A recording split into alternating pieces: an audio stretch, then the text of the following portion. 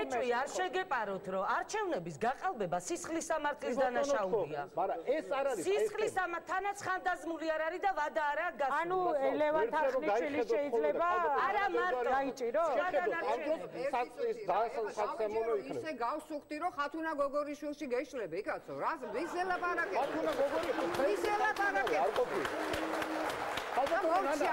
ალბათონანო, ხო შემახსენებთ, რომელ წლებში იყავით CSKO-ს თავმჯდომარე? შემდეგ ძალიან კარგად მახსოვს, ყველაზე პატიოსანი არჩევნები იყო, რომლის მერეც რევოლუციით და სახელმწიფო გადატრიალებით, ეხლა რო გიკვირთ, გადატრიალებით ახლა მოსული ხელისუფლებაში, ხო? არჩევნების სახელმწიფო გადატრიალებით, კონსტიტუციური.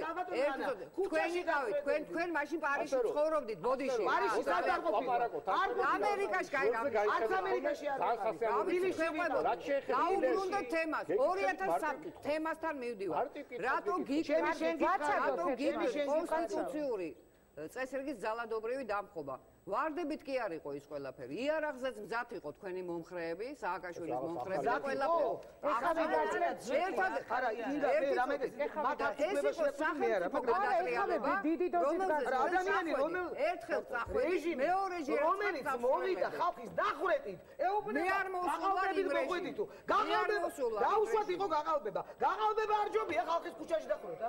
აი პირველად გავიზარდა. ზვიადისები ვინ დახრეტა? შევარდნაძე არ დახრეტა ზვიადისები. ერთი წუთით ეხლა თქვენ თქვენი შევარდნაძის დავრობის საარჩევნო კომისიის თავმჯდომარე. ჩემი არ იყო სააკაშვილის საარჩევნო კომისიის თავმჯდომარეს საყვედუროთ, ქალბატონ ანა. ბნელა, სადაც არ ნაციონალები იქ ბნელა, მაგაზეთი ძალიან ნათელი მაგალითი. ცოტა იყო რა ხუთი კაცი გადმოგდებული, რა მოხდა ხუთი კაცი.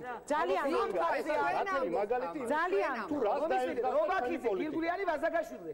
სამ კაცზე აგეთ კამპანია და ხუთი კაცი. ქალბატონო მაია, უნდა დავასრულებინოთ ირმას შემდეგ ქალბატონი ნათია, ნანა და ძალიან ძველი პროტესტი არ გაგვიგია.